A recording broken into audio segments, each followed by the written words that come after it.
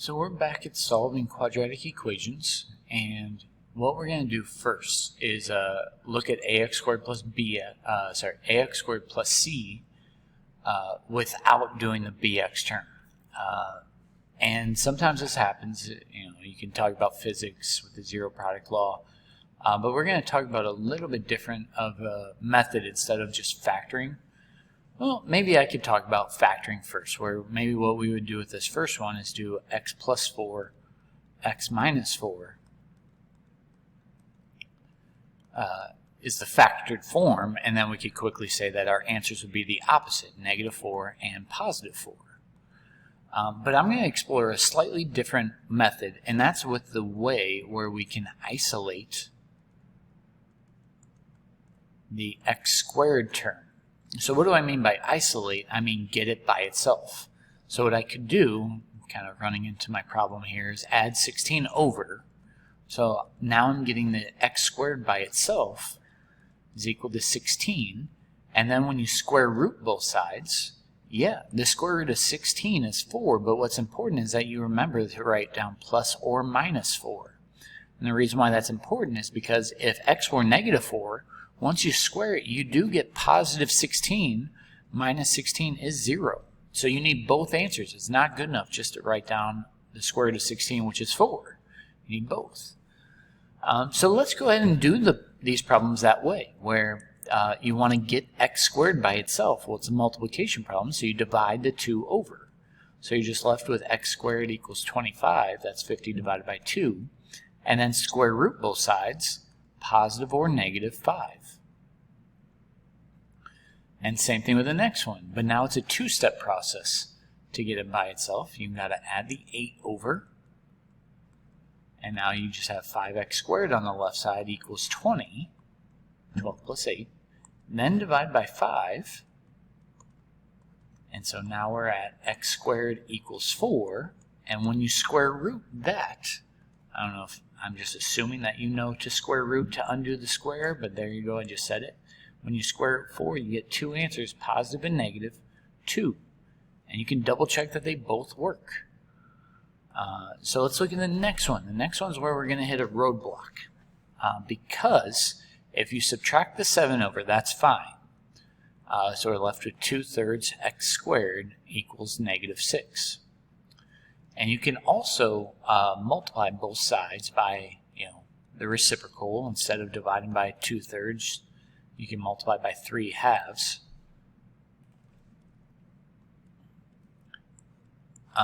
And so here's our roadblock. Is negative 6 times 3 is 18. Negative 18 divided by 2 is negative 9. Think about how when you square any number, you get a positive. The only exception is 0 squared is 0, which isn't technically positive. Or what will happen now is if you try to square root both sides, we'll try to use a calculator.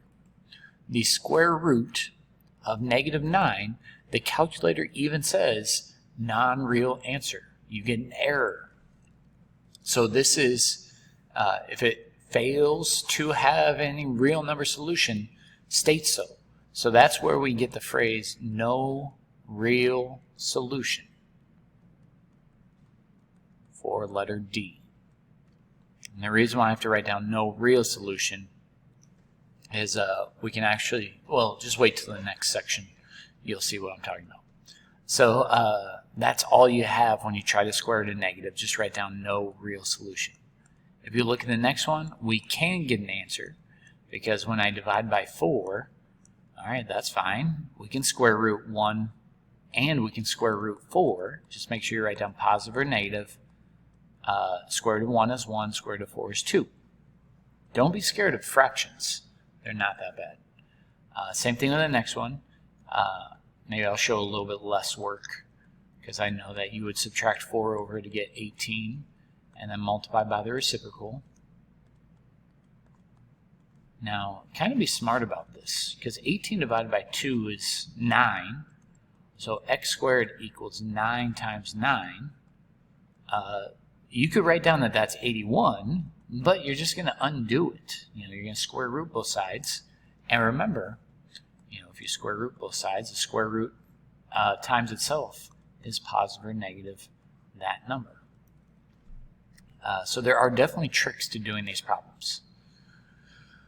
So all of those were nice problems. What do I mean by that? Is they were all perfectly, square root of 1, square root of 4, square root of 9, things like that. The next one is not going to be that way. So I'm going to start it the same way. Add 5 over, divide by 3.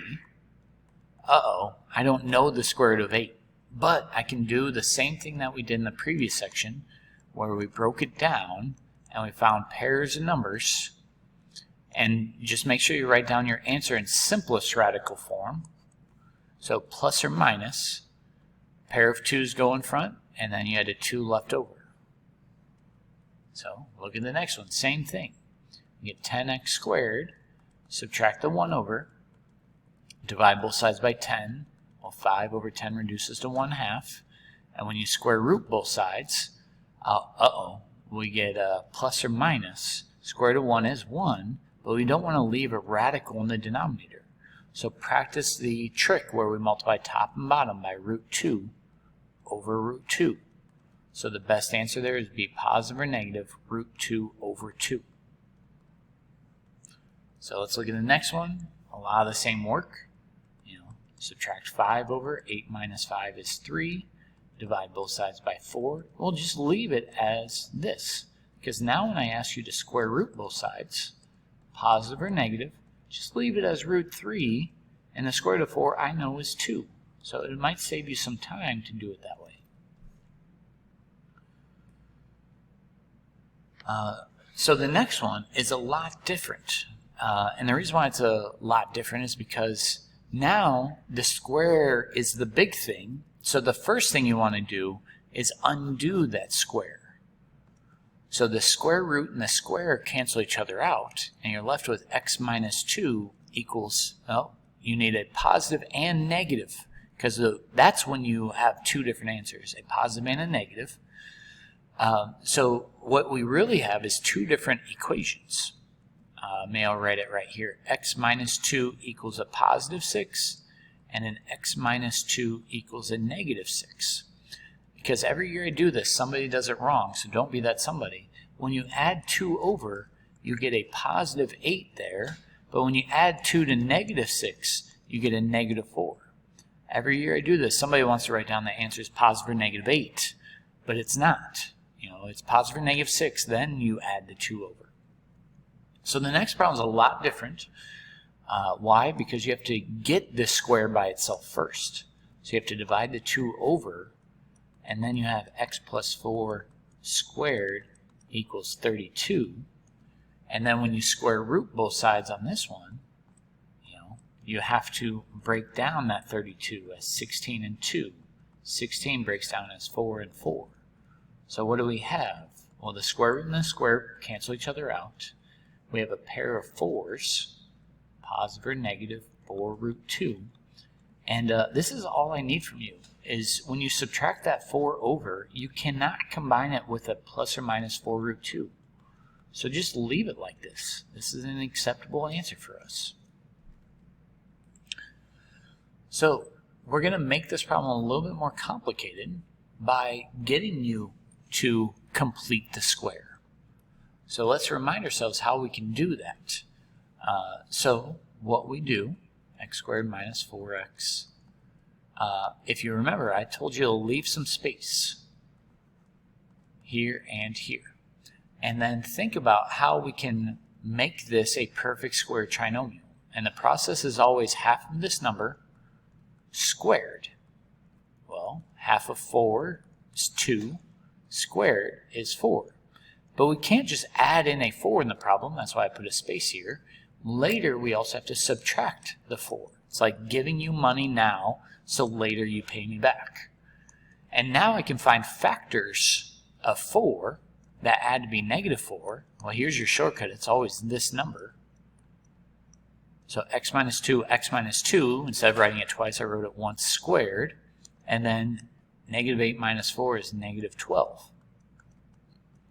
So why on earth would I ask you to do that? Well, now this is a pretty easy problem to solve because all I have to do is add that 12 over. So So x minus 2 squared is equal to 12. Well, I can square root both sides. Now remember, you can break this down, 4 and 3, 2 and 2. Have a pair of 2's to bring in front. And to solve for this other x, you just have to add that 2 to the right side. Plus or minus a pair of 2's go in front, the root 3 stays under the radical. And those are your answers.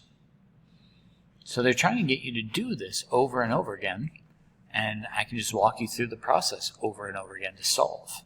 So sometimes I don't even complete the square quite the same way, but I'm going to try and do it the same way over and over again to make sure that you are okay. So the whole thought process is what goes right here is going to be 25. I would encourage you to still go through that work because you're probably not quite there yet. Half of negative 10 is negative 5. Squared is positive 25. Now that's not acceptable unless later you also subtract 25.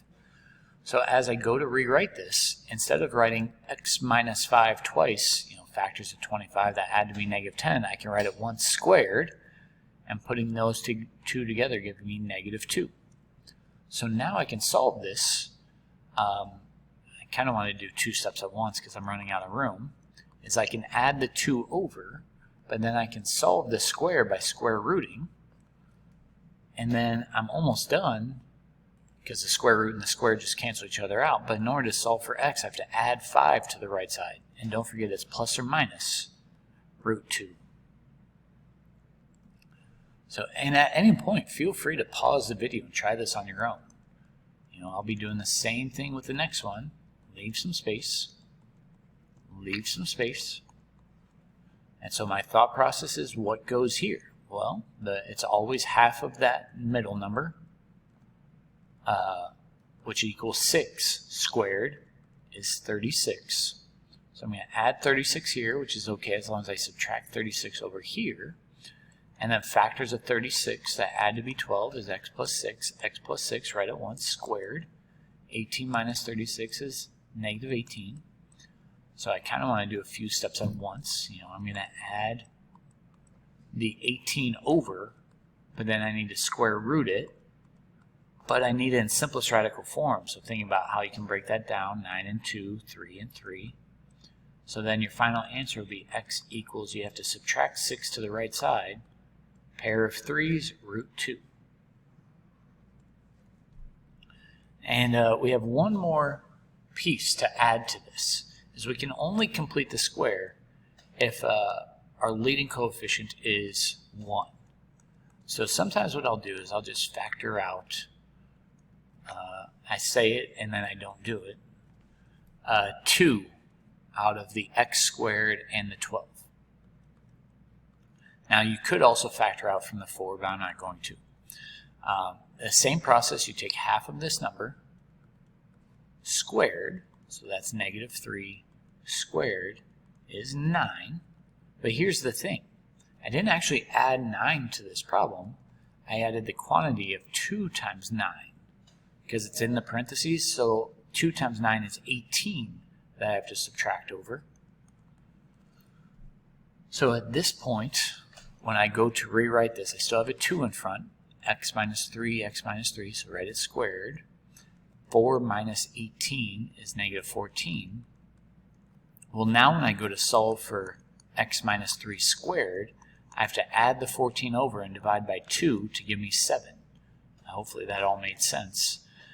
So my final answer, I know I'm skipping steps, but I'm trying to keep this short, is adding the 3 over and plus or minus root 7. And same thing goes with this last one. I'm trying to do this quickly so I can have all my notes in here. 3x, leave some space, minus 11. Leave some space, still equal to 0. So 3 halves, once I square it, is 9/4. Put that in here. But as I distribute, I really only added 9. So I just subtract 4 over. So I have 4x plus 3 halves squared minus 15. And I'm really jumping the gun here.